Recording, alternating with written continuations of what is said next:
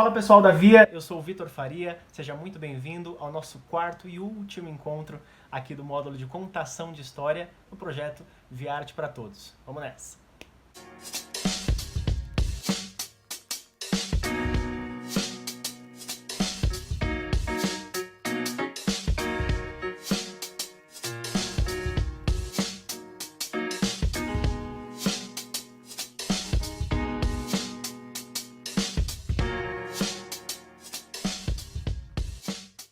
Fevereiro acabou. Veja bem, passaram-se aí 4 encontros onde a gente brincou de experimentar as nossas próprias histórias, a gente brincou de entender melhor as nossas histórias e entender, sobretudo, como todos nós somos grandes contadores de história. Foi muito prazeroso perceber esse processo porque quando a gente fala de contação de história, a gente reacessa a gente mesmo e automaticamente a gente se reconecta com muita coisa que a gente tem guardado aí. Então esse processo é delicioso. Para além disso, a gente entendeu um pouquinho como optimizar uma história, como dinamizar uma história, como utilizar uma história que a gente já conhece, uma história que a gente conta, uma história sobre nós, fictícia ou não, para aprimorá-la e entender como contá-la de uma forma mais dinâmica e mais atrativa. Agora, para a gente fechar os nossos 4 encontros aqui do módulo de contação de história, o que a gente vai fazer? A gente vai falar um pouquinho sobre outras referências que também falam sobre contação de história, só que agora separado de 2 maneiras. Na aula passada, a gente falou sobre linguagem. Qual tipo de linguagem a gente pode optar para contar a nossa história.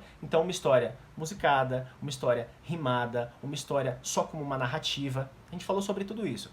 Agora, a gente vai conhecer um pouquinho uma outra forma de contação de história, que é muito comum e muito utilizada especificamente aí próximo à nossa adolescência, que é a contação de história através do formato diário, ou seja, um relato diário, como o nome já diz, sobre as nossas histórias. Existe uma obra muito interessante que eu particularmente gosto muito, sempre gostei desde muito tempo, que é esse livro aqui, que é o Diário de um Banana, do Jeff Kynell. Essa obra é muito interessante porque é um best-seller, então são várias edições, na verdade, eu tenho 3 aqui. E como funciona? Funciona como contação de história do dia a dia do Greg, que é o adolescente que escreve esse diário aqui, esse é o Greg. E nada mais é do que um livro de memórias. Esse formato de contação de história, talvez ele tenha sido muito presente na sua vida em algum momento, pelo menos na minha foi. Ou quando a gente se apaixona pela primeira vez, ou quando algo muito triste acontece com a gente precisa registrar, ou quando algo muito feliz acontece, a gente precisa pôr pra fora de alguma maneira. Então, se você já utilizou esse recurso, vamos reacessar ele. O que é interessante nesse formato de contação de história? A gente não precisa ter uma conexão pré-história. A história começa onde ela começa. Ela começa no imediatismo. Então, se eu vou contar uma história no formato diário, eu vou contar ela a partir de agora, a partir de como ela aconteceu. Então, para vocês entenderem mais ou menos, olha como o livro começa. Setembro, terça-feira. Em primeiro lugar, quero esclarecer uma coisa. Isso é um livro de memórias, não um diário. Eu sei o que diz na capa, mas quando a mamãe saiu para comprar essa coisa, eu disse especificamente que queria um caderno sem a palavra diário escrita nele. Ótimo. Tudo que eu preciso é que um idiota me pegue com esse livro e entenda tudo errado. A outra coisa que eu quero esclarecer agora mesmo é que isso tudo foi ideia da minha mãe, não minha. Mas se ela acha que eu vou escrever aqui os meus sentimentos ou alguma coisa do tipo, ela tá muito doida. Então não espere que isso seja todo querido diário isso, querido diário aquilo. Percebe? A história começa do nada, ela começa a partir de uma sensação. Ela começa a partir de uma vibração que tem na sua própria história. Ele é um livro de leitura muito fácil porque ele tem muitas animações e a forma de escrita dele é muito dinâmica e particularmente muito engraçada, porque conta os relatos de um adolescente em crises de adolescente e toda essa relação com o meio dele, com a família, com a mãe, com a namorada, com o melhor amigo, é muito interessante de ler e é um formato de contar histórias de uma forma muito simples. Possivelmente você já deve ter usado em algum momento. O segundo passo que é interessante da gente perceber é, vimos nessas 3 aulas anteriores como nos apropriarmos das nossas histórias, certo? Agora, o que é muito bonito da gente perceber, quando a gente se apropria da nossa própria história, automaticamente a gente começa a ter muito mais beleza em como contar essas histórias. Então perceba, alguma paixão sua vivida, algum momento muito intenso seu vivido, alguma coisa que te marcou de fato, né? Quando a gente fala de contar as nossas próprias histórias, não necessariamente a gente está falando de coisas só boas, a gente pode estar falando de coisas que nos machucaram, coisas que nos fizeram mal, coisas que nos movimentaram de alguma forma para sermos quem nós somos. Lembrando o que nós falamos em todas as aulas, que é, nós somos compostos pelas nossas histórias. Ponto. E tem uma frase que eu acho muito interessante que é, toda grande obra nasce ou de um grande amor ou de uma grande dor. E é um pouquinho sobre isso que a gente vai falar agora. Por quê?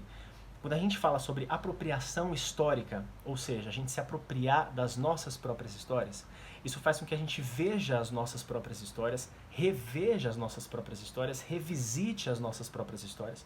E automaticamente a gente começa a criar uma certa empatia, porque é praticamente impossível você contar uma história que não te agrade falar, mesmo que seja uma história não muito agradável de algo vivido por você. A gente tem pequenos apegos que fazem a gente rechear essa história, que fazem a gente ter uma amarração interessante na hora de contar essa história. E esses detalhes, eles só acontecem a partir da revisita. Eu preciso revisitar aquela minha história o tempo todo para pegar cada vez mais detalhes. E a partir desse momento, quando eu começo a rupturar a forma de ver a minha própria história, eu começo a contá-la de uma forma muito mais bonita. E daí nascem grandes poesias, grandes textos, grandes narrativas, conteúdos muito bonitos, muito belos de dentro da gente. Eu vou ler uma breve história, um breve resumo aqui, que tem um pouco a ver sobre isso, sobre algo que foi vivido e que precisou ser digerido e passado tanto tempo, como uma mesma história se transformou em uma poesia. Apesar de não estar no formato padrão de uma poesia, mas poesia no sentido de beleza de escrita. Porque a gente se apropria da história, a gente caça detalhe nas histórias e a gente faz com que elas sejam mais delicadas, mais suaves, mais gostosas, primeiro, para nós, tanto de falar, de contar, quanto de escrever e relatar, que tem a ver com o que nós falamos sobre roteirização na segunda aula, tanto para quem está ouvindo. Né? Quanto maior beleza em detalhes tem a nossa contação de história, mais agradável é para quem escuta. Então eu vou ler esse trecho aqui agora para a gente entender como uma mesma história pode ser maturada, solta, dividida, explorada e contada com muito mais beleza. Certo? Eu vou ler claramente porque eu não decorei, é um texto muito grande, mas percebam a delicadeza da escrita a partir de uma história. É uma mesma história revisitada e recontada com uma outra beleza. É isso que a gente vai perceber. Vamos lá. Freud diz que o amor é subproduto da sexualidade, enquanto Frankl o contemplava como um encontro entre o eu e o tu. May definiu o amor como uma força motivadora e, segundo Fromm, existem dois tipos de amor. O verdadeiro, que é um amor maduro, identificado como uma atitude que se caracteriza pelo cuidado, responsabilidade, respeito e conhecimento do outro, e o falso, que é submisso, passivo e neurótico. Larry Young, em A Química Entre Nós, define o amor como um emaranhado de complexas reações químicas no cérebro, e não como um sentimento. Ela diz que o amor, na verdade, é uma necessidade humana de difundir a espécie.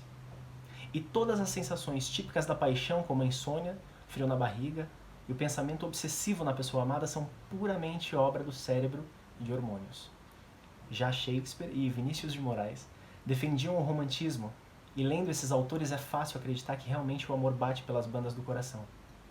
Se me perguntassem o que eu acho que é amor, minha resposta seria imediata. Você. Amo quando você me conta sobre o que quer para o futuro. Só de ler, meus olhos já brilham e a cabeça viaja com a possibilidade de uma vida inteira ao seu lado. Eu jamais seria capaz de esquecer algo tão importante uma vez que consigo ver em seus olhos o valor do nosso amor. O quanto vale a pena. Então, deixo o orgulho de lado e te falo o que sempre tive medo de admitir. Por que o medo? É natural temer o que é grande assim. Mas seria muita burrice da minha parte deixar algo tão lindo, deixar de escrever a nossa poesia. É tipo te contar do meu dia e omitir o fato que pensei em você nele inteiro, desejando baixinho que você aparecesse de surpresa. É dedicar a você cada música que escuto. É acordar todo dia e lamentar, odiar que o travesseiro tá vazio e sem o calor do seu corpo. É observar um casal apaixonado e questionar você não estar do meu lado. É como tentar andar em linha reta e só de lembrar do nosso beijo perder o equilíbrio. É dizer oi, querendo dizer me abraça e não solta, tipo nunca mais. É dizer o quanto você é idiota pensando no motivo de não ter te encontrado antes. É como se, pela primeira vez, não importa nem um pouco os outros. Só desejo que tenha um amor tão intenso quanto esse, me permitindo ser feliz, ao invés de fugir do que me faz entrar em combustão. Então vem, pode queimar. Quero 40 graus de entrega. Vem e me faz feliz como só você sabe. Porque com você eu assistiria o fim do mundo sentado na janela do seu quarto, com a cabeça apoiada no seu ombro e nossos joelhos se tocando. Assistiríamos as estrelas comentarem que o nosso amor é o mais bonito que elas já viram, e as pessoas que parariam para nos assistir encantadas com nós. E nós estaríamos no nosso lugar, um do lado do outro, sem problemas, sem ninguém, no nosso silêncio em meio a segredos revelados. Eu viveria no inverno pelo resto da minha vida, sorrindo, com você no meu colo e te fazendo carinho. Diria tudo o que sinto no seu ouvido, bem baixinho. A essa altura, não tem nada que eu não faria do seu lado. Percebam a delicadeza na escrita de uma história que é revisitada. Quando a gente revisita a nossa história, a gente encontra detalhes da nossa história. E a gente começa a solidificar esses detalhes em textos, em frases, em verbalizações, em narrativas, em contação de histórias. Todos nós somos contadores de histórias porque nós somos compostos por grandes histórias. Então por que não falar sobre elas? A gente precisa revisitar, reafirmar, realinhar as nossas histórias para que elas vivam dentro de nós e para que elas vivam no nosso entorno. Se nós somos compostos pelas nossas histórias, quem nós somos? As pessoas precisam saber. E para que elas saibam, a gente precisa contar histórias. Conte suas histórias, revisite as suas histórias. E para a gente fechar esse ciclo todo, a gente vai fazer uma revisita em 5 imagens. Qual que é a nossa última proposta para a gente fechar o nosso módulo aqui de contação de história, que foi uma delícia. Eu particularmente amo contar história, amo a sensação de contar histórias. Gosto demais de falar das minhas histórias e, mais do que isso, ouvir as histórias dos outros. Então, para a gente fechar esse núcleo todo, o que a gente vai fazer? A gente vai revisitar 5 imagens, 5 fotografias de histórias vividas. E sem roteirizar, sem se preocupar em criar alguma história, a gente vai só praticar a revisita. Então escolha 5 imagens da sua infância, da sua família, do seu momento atual, 5 fotos. Elas podem ser reveladas ou não, podem ser fotos que estão no seu computador, que estão no seu celular, tá tudo bem. Revisite essas histórias, revisite essas imagens e conte as histórias para você mesmo. Conte a sensação causada naquele momento que foi registrado. Conte o momento em que você estava. Para você, um exercício particular, um exercício íntimo, para que você perceba os detalhes das sensações. Tente ir um pouquinho mais fundo do que o superficial. Vamos mergulhar um pouquinho mais fundo. A gente falou tanto sobre as nossas histórias, sobre elas formarem o ser humano que nós somos, então vai um pouquinho mais fundo. Observe aquela imagem e perceba o momento que você estava, como você estava, onde você estava, qual é a textura, qual é a atmosfera, qual é o cheiro daquele lugar. E conta essa história para você mesmo. Revisite as suas histórias. Essa é a maior graça. Esse é o maior prazer de falar sobre contar histórias, porque todos nós somos contadores de história. É isso. A gente encerra aqui a nossa 4ª aula do primeiro módulo do Via Arte para Todos. Um prazer imenso trocar essas segundas-feiras com vocês, receber as histórias de vocês. Essa troca é sempre muito agradável. Gosto demais de falar sobre histórias e, mais do que isso, ouvir as histórias de vocês. Então, muito obrigado pela troca, muito obrigado pela parceria, e o Via Arte para Todos continua na semana que vem, já com um novo módulo. Então acompanhe a Via Cultural, acompanhe o canal da Via. Para além do Via Arte para Todos, tem programação durante toda a semana. Sigam com a gente e a gente se vê muito em breve. Uma ótima semana para vocês, muito obrigado, tchau!